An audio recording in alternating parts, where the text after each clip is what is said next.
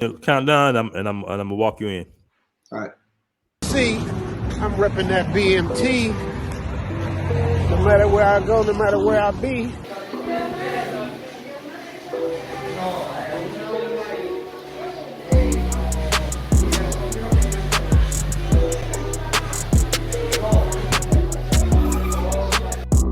We'll be rocking it like that, man. I love the fit of this shirt, bro. Bro, look, I just happened to get off the elevator. Look at it. The BMT shirt on. You know, we representing all the way in Thailand, man.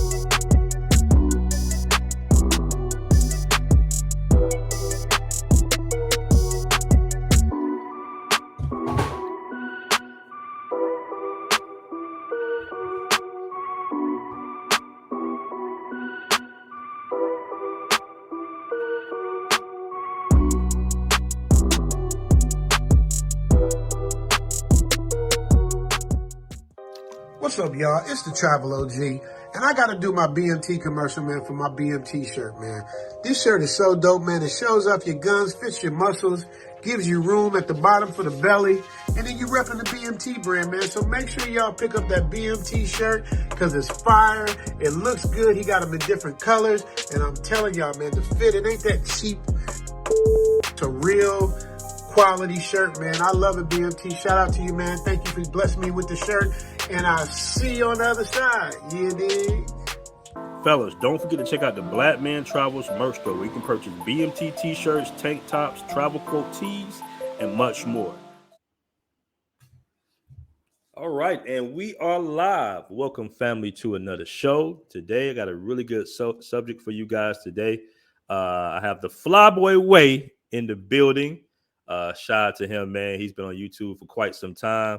He actually inspired me to, take my channel more seriously back in the day. Real dope channel. We're going to discuss his recent trip to Cuba. And also, we had talked about this earlier on the stream. He always hops on the panel. We talked about it maybe about a month ago or something like that. We was going back and forth on, I say foreign women are different. I say the base nature of a woman is the same, but I think foreign women culturally are a little bit different than American women. And we went back and forth. So now we got a whole show. We're going to debate that. And we're going to chop it up with the fam. Guys, do me a favor. If you're just coming in the room, make sure you hit that like button. We got Brooklyn GQ in the building coming off. Shout out to you, bro. So let's go ahead. Without further ado, I'm going to introduce my guy, the Flyboy Way. Hey, what's going on, everybody? It's your boy FRE. $H Fresh at the Flyboy Way. That's THEFLYBOYWAY.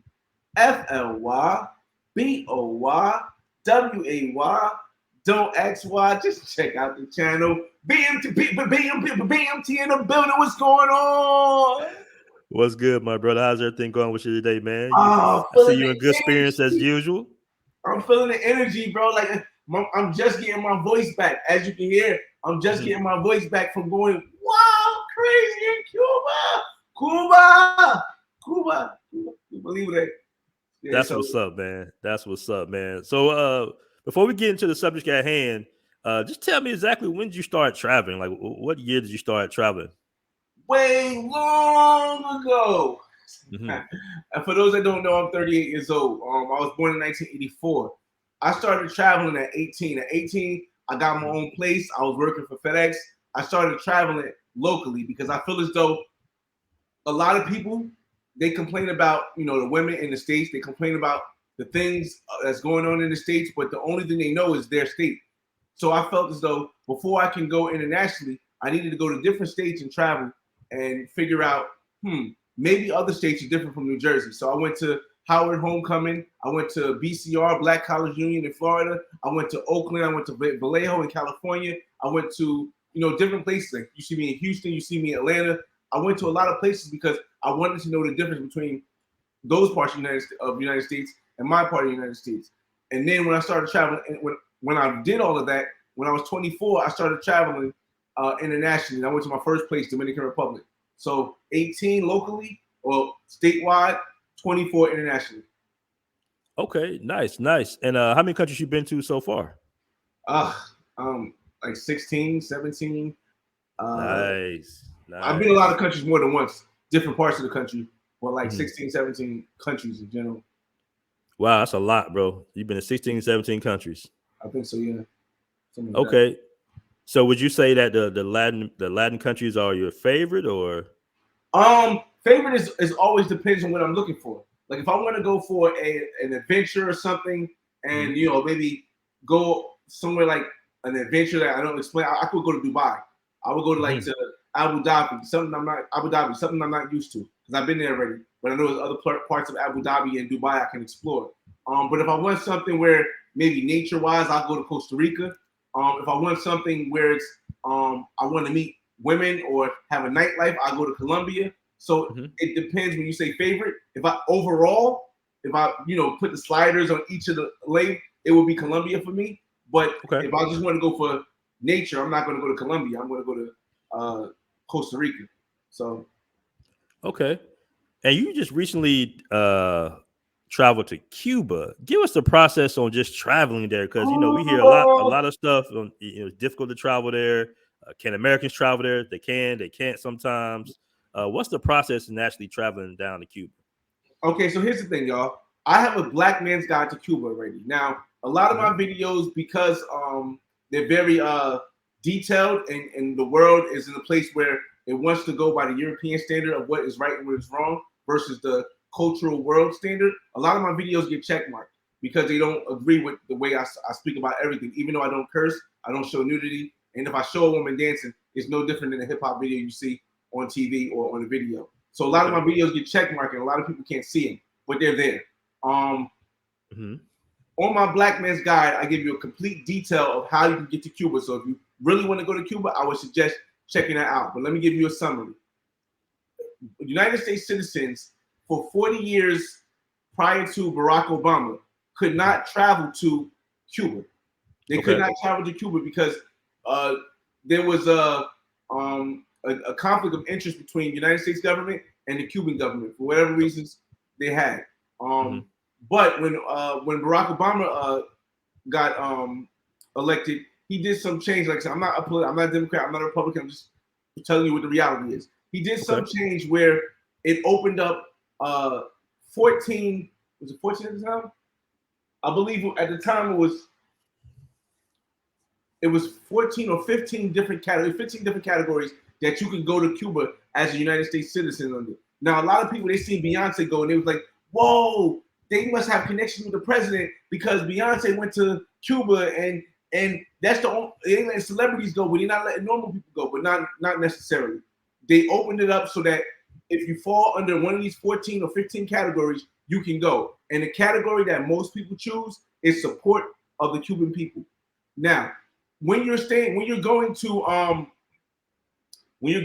Cuba, you have to realize this. The most important thing you have to realize is that your ATM card won't work. You can't Western Union any money into the country. You can't get any money. There is a black market way to get money in the country, but for you going for the first time, if you don't know anybody, it's not wise to use this black market way.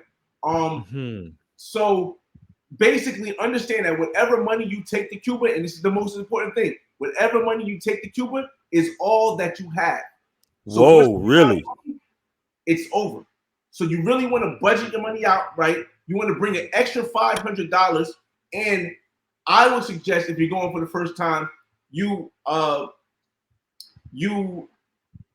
make sure that you go with somebody. Now, another thing in Cuba is that you cannot, as a United States citizen, stay in a hotel. It's illegal. What I mean is like, can you literally do it? Of course. You can take money, you can buy a hotel, to ask for your ID, they're not going to say anything. But if the United States government finds out that you stayed in a hotel, they can cancel your passport. Wow. It's not worth it. It's just not worth it. Another thing is that for me, the first time I went to Cuba, I realized that, hey, if you have an American account, even if you call your bank, you say, I'm going to Cuba.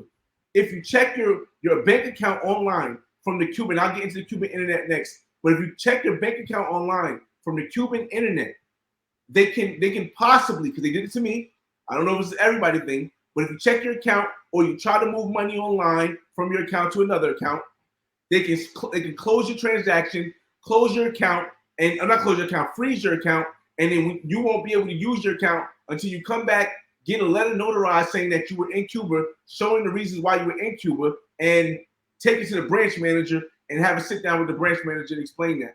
I had to do all that the first time I was here because I checked my account at Chase and I tried to make sure that I had money in it when one of my mortgages was coming out. And just because I did that, they froze my account. Now, I want to get to the internet of Cuba real quick. Hold on, real quick. So, are you saying that if you are in Cuba, you have to switch your VPN to access your bank account, so they won't know that you're there? I don't know. I don't even know. I don't even know if you use VPNs in Cuba. Wow. That's wow. This is why it's important that I was getting ready to talk about the internet. When I first went in 2018, Cuba didn't have data. The only way you get on the internet was to get a Wi-Fi card. And a Wi-Fi card costs $1 for Cuban citizens and $1.50 for anybody else, any tourists. And then if you want to get it from your Airbnb host, that's a good thing. The Airbnbs do work in Cuba. You had to pay $3 to $5.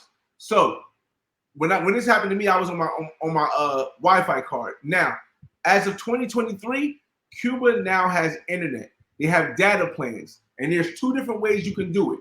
The first way, which I suggest anybody who is not familiar with how Cuba works, the first way is you can go online while you're still in America, while you're still in the United States, and there's a site that you can go to and buy a Cuban tourist data card that will last you up to the 30 days you're there. Because as an American citizen, United States citizen, you can only be in Cuba for up to 30 days, 29 days actually. Your visa only good for 29 days. So what you want to do is you want to make sure that you get one of these cards, and you want to always make sure this card it lasts a week longer than you're there.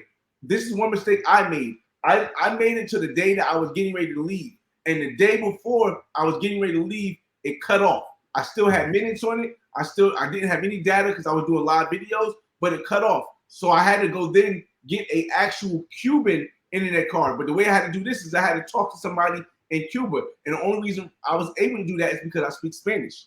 And I was able to explain to him how I needed this. And of course, they're going to charge you a little bit of gringo cost. But for $20, I got a Cuban internet card. So now whenever I go to Cuba, I have internet. I just got to put minutes on it. So those are the two ways. You can get a Cuban internet card or you can get a touristic card. The touristic card is always the best option for somebody who's not frequently going back and forth. Okay. Wow, that's a lot, man. That's a lot of things you gotta do, especially with it not being able to pull any money out the ATM. So you have to pull have all the money that you need for your trip on your person when you're traveling to Cuba. Yes, and one thing I will say also, Cuba taxes the American dollar at 18%. And trade at 18%, it taxes the American dollar when you change from American dollars to Cuban pesos. So if you don't have a connection, I have a connection. Shout out to David from Be a Hero, my connection, and shout out to your Cuban plug, a cool guy I met when I was in Cuba, who also has a connection. But if you don't have a connection, you want to change your money to euros in the United States from your bank, because your bank won't charge you to change your money to euros. They won't charge you. But when you take your euros over there, you're right now, as of what is today? As of May 13th, 2023, you'll get 190 Cuban pesos for every 1 euro. Now, for every dollar, it is only if you don't have a contact. It's only if you have a contact.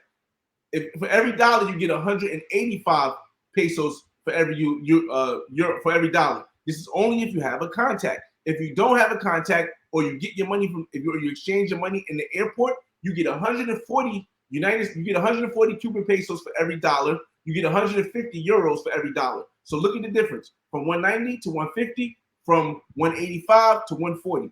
So you definitely and MJ, you don't lose money changing euros at your bank, because your bank doesn't charge you a fee. It does. Well, my bank, Chase, doesn't charge me a fee, or the fee is like pennies. So again, this is for people who don't have a connection. For me, I can take dollars over there because I know somebody who will give me the whole 185 for the dollars. But most of you get 140, which is a big ripoff. Okay. I want to give a shout out to the chat real quick, because I got another question for you, Flyboy. Shout out to my dude Tommy Lynch in the building. He says my boy Air Farris. He's referring to the basketball court, man. You know your boy be out there hooping. You know what I mean? Be hooping, man. Flyboy, I be scoring so many points now. They just be hacker Farrising now, man. Hacker checking me now, bro. It's crazy. I mean, you got to play with all old guys. I understand. No, these guys in their 20s. I'm the oldest guy out there. I'm the oldest guy, but shout out to my boy Tommy Lynch, man. He got a nice little J. He be tearing him up. I think we ran the court yesterday, actually, so I got tired. But shout out to my boy Tommy Lynch, man. We got Kirby Films in the building. He says, "What up, BMT?" with the $5 super chat, man. I really appreciate that, bro. Good looking. We gotta chop it up one day about your films. Definitely. All right, we got Bush 3727 says, "Sounds like a Cuba is a no to me," and that's what I want to ask you, man. Going through all that, right? Because that's a lot. And you only mentioned a few things, but you talk about your money and the internet, which is super important, and kind of where to stay and to make sure that you're not being reported, getting caught in the hotel, or as far as your bank, maybe freezing your transactions or freezing your account. You got to do all that. Was the trip to Cuba worth it? 110%. Interesting. All right, so tell us why. Let me tell you why. First of all, Cuba is the least expensive place in the world that I've ever been. Cuba is the least expensive place for everything in the world I've ever been. Secondly, when you go to Cuba as a black person, you realize something that you don't realize in the States. I got a condo in Miami. I'm from Newark, New Jersey. I'm in Jersey right now. I got a condo in Miami. When I went to Miami for the first time, I thought all Cubans were white. I just thought all Cubans were white because that's what I would see.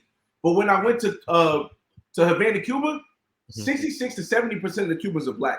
They look like me. Okay. So, and the family orientation, because in Cuba they don't really see Cuba. I don't feel as though Cuba had the same harsh slavery as we had in the United States. So Cuba, they don't look at black, white. They say everyone's Cuban, and Cubans show super love, like discounts and stuff. They don't try to go. Well, the clubs will try to gringle you, but the people won't try to jack you for anything like that. It's, to me, the safest place I've ever been is Cuba. I mean, wow. Walking at night, listen, I went to a club where Cubans were at in Veradero, and it was called Continental Cabaret. The Cubans had gold on and chains on.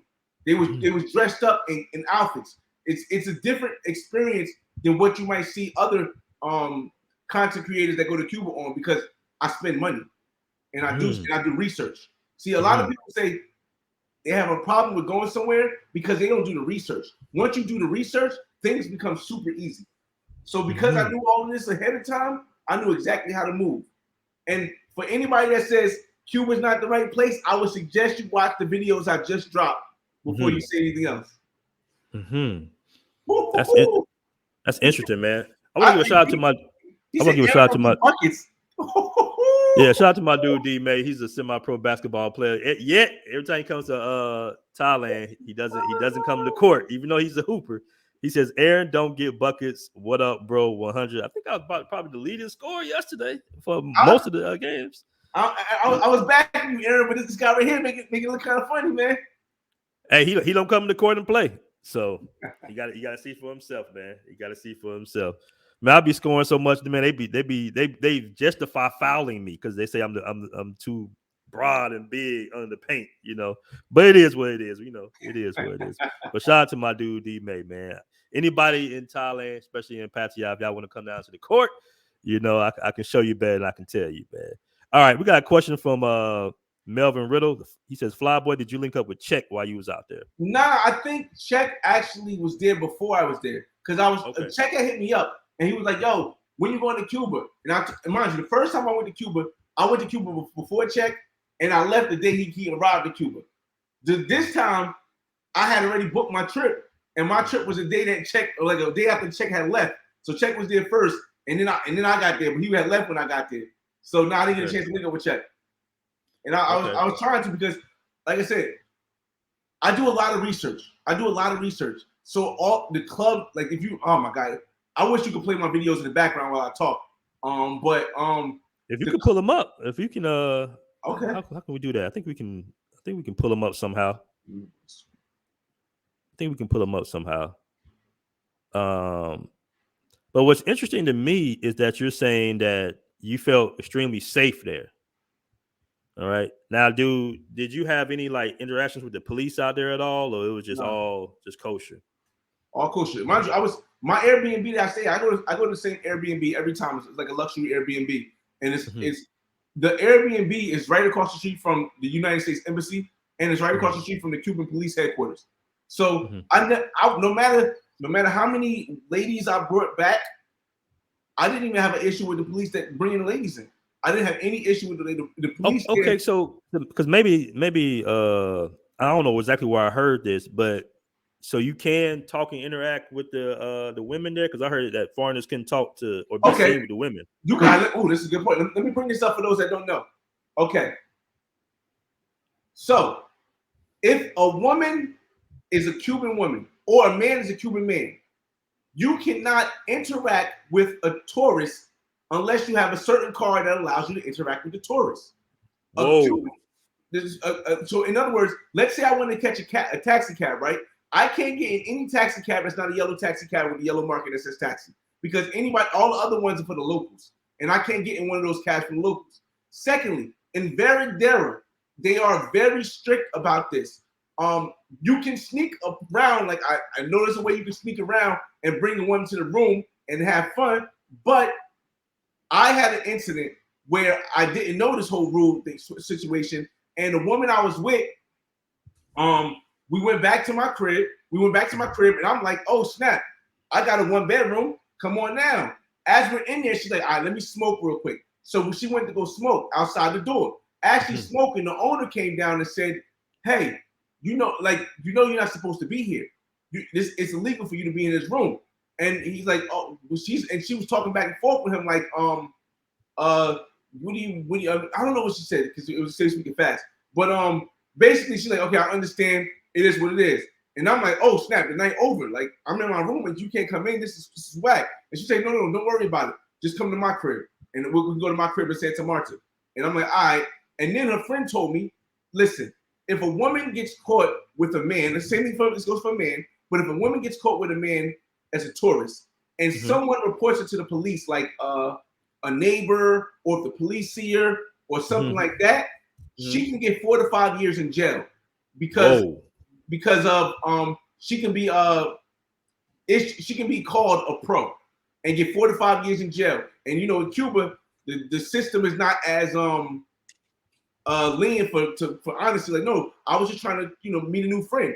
So that's a big risk that they take. So a lot of people who go to Cuba and try to talk to women who are non-pros, it's a little bit more difficult, because if you don't speak Spanish, they're taking a big risk. And I don't know if a lot of women want to take that risk. But that's in Veradera. In Havana, it's a lot more lenient. They don't push that too much. The only thing they do is, if you're riding in the car with them, with the taxi cab, will tell you to do is go inside your place first, and then I'll send the woman out. That's the only thing. Okay, so what about, like, say if you just want to go on a dinner date or something? You can't do that. You can do that. You can go on a dinner date.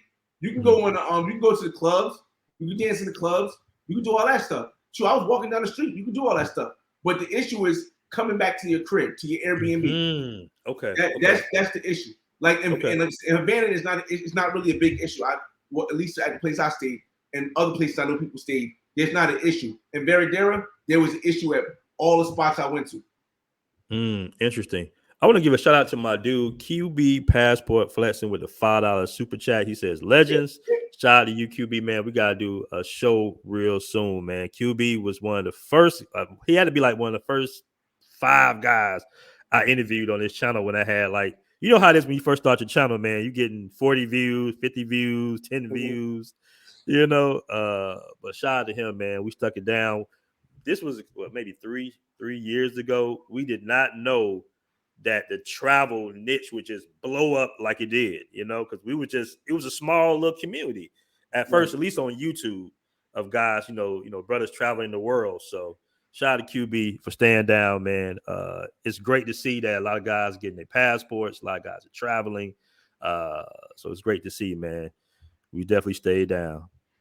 All right. So you've been to quite a bit of countries. Where would you kind of rank Cuba? Because that's a lot of difficult Cuba things to go through. Is it more for like a veteran traveler, or would you recommend that newbie travelers should travel down there as well? All right, so Cuba's in my top 3. Okay. Cuba's in my top 3 because I know how to move in Cuba. I know to bring snacks. I know to bring Gatorade. I know how to move. Hold up, bro. I mean, wait a minute. You mean pack Gatorade and snacks? Yes. Okay, so why do you have to pack? Why can't you just go to the bodega and get some? Okay, because there's no bodegas like that in Cuba. Like there's grocery stores, but they have all the same products. It's not going to be a bunch of variety of stuff. So a lot of times I know to bring snacks. Like I want to show you, like play in the background while you're talking, but you got to bring. I bring Gatorade and snacks. So I bring like 5 Gatorades or 6 Gatorades, and I bring like you know how you had a box of different flavored chips. I bring chocolate. I bring cookies because also when you have company over, they like this stuff because they never had it before. There's a lot of stuff. Remember, Cuba is one of those countries where they not allowed to do trade with a lot of countries in the United Nations. They only allowed to do trade with like Russia and China. So they're not getting a lot of stuff that we get over here. And then when they do get stuff in Cuba, it's from people who are Cuban who went to the United States, bought a bunch of stuff, and bring it back to Cuba to sell. And a lot of them who don't have family outside of Cuba, they don't have the money to spend to buy the stuff that they bring back. So a lot of them never had the chance to taste these flavors and stuff. So when you excite somebody's mind for something for the first time, they see you in a different light. They treat you way differently. Like, oh my God, this is the first, for example, the first time I went to Cuba, I met a beautiful woman named Mate. Now, me and Mate, we still communicated. I was going to go back. We went through the pandemic. And she brought her mother this time when I came to hang out. When she came out to hang out with me, she brought her mother to meet me. Now, her mother is Afro-Cuban. Well, she's Afro-Cuban too, but her mother's a black, powerful, revolutionary woman. And we were sitting there talking, and I was like, hey, try this Gatorade. And she looked at the Gatorade. Now, mind you, her mother's like 50 or 60 years old, 60 years old probably. And her mother looked at the Gatorade and was like, what is, like, I've never had this before. At 60 years old, she's never had the Gatorade before. So that right there was like, oh, snap, I'm bringing something to her. And I know everybody will say, oh, you're bringing this American junk. But it's still something that she's experiencing for the first time at 60 years old. And that's a powerful thing right there. As simple as a Gatorade. So, you know what I mean? I would suggest bringing that. So when you introduce yourself as American, because you know it's a melanated population, you pretty much blend in, right? And then you speak Spanish. What's the general consensus when you tell them that you're American? They already know. I kid you not. There's people dark. And let me tell you the example I had. I was walking down the street with the woman. It's in the video. It's in my video on the thing too. I think people seen that already. Walking down the street with she's a more white looking Latin American Cuban woman. So I'm walking down the street with her, right? And I'm asking her, it's a bunch of black people that's darker than me, that look like me, that's walking. They're looking at me like I'm like an alien, right? And I'm like, why are they looking at me like that? And she's like, because they can tell you're American. They can tell you from the United States. And I say, how can they tell? And they say, from far away, you look like you could be Cuban because you're brown skin. But as soon as you get up close, I'm like, they're like, your shirt. I had like a button-up shirt. So I took the shirt off. I had a black shirt on. How can they tell now? Your hat. So I took the hat off. Your braids, your shoes, the type of culture that you have, everything that your weight, they can tell that you are not Cuban because most Cubans are more slimmer or more toned because the food over there isn't as bad for you as we eat over here. You know what I mean? Right. Okay. So a lot of us are more bigger, more heavier all of that. Even my body mass, they can tell my body mass is not a Cuban body mass. So it's not like I can be quiet and they never know. As soon as they see me, it's I know. Okay.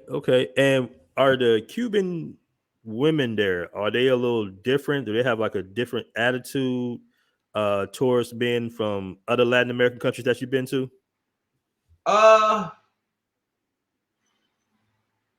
There's all different experiences. Like they're really intrigued about black men from the United States because you got to remember this: hip hop is the #1 culture in the world, and every culture associates hip hop with black United States men. So when a lot of black men don't go to Cuba, because like you said, they just don't know. Only 7% of black men even have passports. And of that 7%, only maybe like 1% go to Cuba. So you're looking like at a 1% population, they see you, they're black, they're so more infatuated with what black represents in hip hop. They're more infatuated with it. So they're looking at you like an alien. Like, oh snap. Oh, I seen this on TV, but now I see it in real life. You know what I mean? So for me, because I said the speaking Spanish thing is where it helps out a lot. But for me, the women were like very, very upfront with trying to, get to know me. Okay. Excellent. And you said it's in the top 3. Would you rank it over Colombia or right around that same? Nah. Colombia will be number 1. He said nah. No.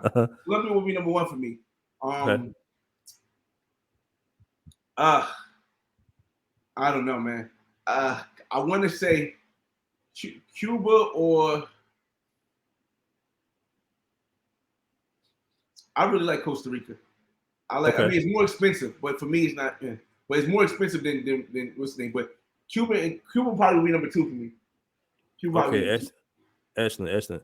All right, we got 162 people in the chat. Guys, do me a favor, make sure you hit that like button. Also, I want to definitely thank my boy, the Flyboy Way, because we about to get into the subject at hand in concerns of the difference between, or is there a difference between foreign women and American women? All right. But before I have to go there, can you take us through the process through the airport real quickly? Like, because you say you're bringing in snacks, you're bringing in a lot of money. That can be a touchy subject when you traveling overseas sometimes, and plus you're American. So, did you have any issues? I'm still here. Go ahead, bro. I'm still here. Y'all ever see that the screen like when you're a kid and you're trying to watch Corn and on your mom's TV and it come up like this and it give you that sound like? But all right, so the airport is simple, man. Everybody makes it seem like it's more difficult. You have to get a visa for supporting the Cuban people or for one of the 15 categories. Like I said, the one I choose all the time is support the Cuban people because it's the easiest one to prove. But all it is you have to arrive at the airport 3 hours early. You go there. There's a little thing that you got to scan. You scan it. You fill out some information, and then you go to the counter. You say you pay. For me, I rode JetBlue. The Cuban visa was $50, and as simple as that, you get on a plane, and that's it. There's no major difference aside from that. You know what I mean? Okay, so he's not there. Man, I wish I could share the screen with you guys, y'all. He's back. Okay. Oh, I was gonna try to share the screen real quick. Can you share the screen? Can you share it? Let me see if I can share the screen. Maybe I'll take these banners off. Yes, oh, wait a minute. I might be able to. Hold on. Let me see. Yeah, you should be able to share it. I'll play the main video. Okay. So you guys see, because a lot of people, when they just hear about Cuba and they hear how we talk about the stuff, it's one thing, right? Mm-hmm. But when they actually see, because when they see Cuba, like shout out to Check in Effect, shout out to H Live, shout out to all the people that have been to Cuba, right? Mm-hmm. Their videos in Cuba are nothing like mine. At all. Okay. And the issue is that it's not a better or worse thing. It's just a 2 different type of lifestyles. And my lifestyle is more, I feel as though my experience is more hip hop, Black, United States oriented. So you're going to see that as I move around the country, around the world. And I'm going to play it for you guys. Why hit YouTube? 1 second. I'm going to play it for you guys here and let you guys play in the background while we talking. Flyboy Way. There we go. All right, let me go to my thing right here. Can I get it here? All right, hold up. All right, let me see. Choose with the share window. Which window? This window right here? Cool. Share. All right, can you guys see that? Yes, right? All right, so boom. I got to mute it too. These are all the videos I'm dropping. I dropped for people like these 2. This one is dropping soon, and this one is dropping soon. I dropped this one and this one and this one. This one I can't because what's the name? But I'll play this one right here. All right. Let me mute this real quick. Oh my God. You know, I hit you with the commercials. Yeah, I know, right? It's music to it, but I'll play it in the background. This is the revolutionary guy I met. When I was there. Oh man, Nice. trying to make it bigger on the pause. Okay. Okay. Yeah.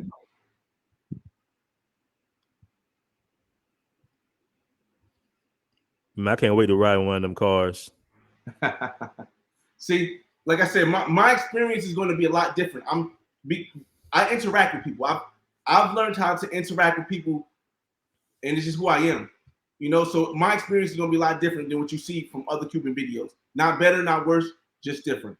You know, and I spend money. Like we went to this expensive restaurant. It's expensive for them, not expensive for me. Shout out to this guy right here, Snow, and that's the plug right there. Your plug. I met him, mind you.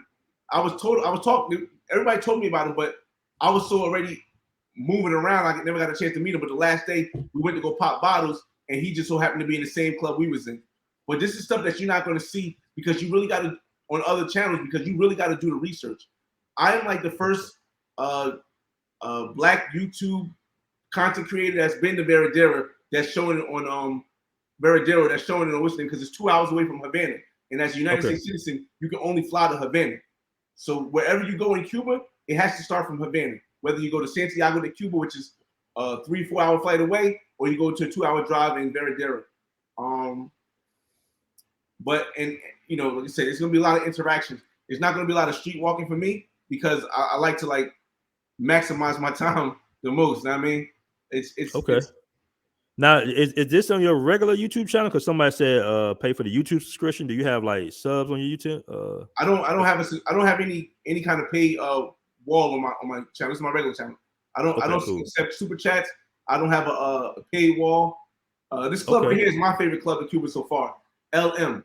My second favorite club is 2.45, but LM is an Afro-Cuban club, and it's to me was the livest club there. But 2.45 is live also.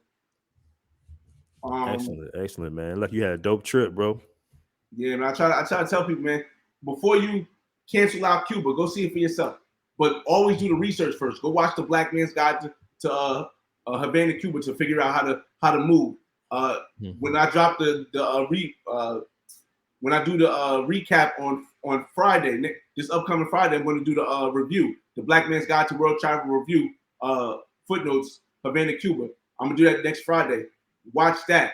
The Black Man's Guide is not going to drop for another 2 months because I'm doing it for a film festival. But look, these women are beautiful, but you're not going to see these women in other people's videos because this is what you're going to see. You're going to see the Malecon because a lot of people don't do the research to know that there's a lot of other places to go where there are Cubans who are not poor.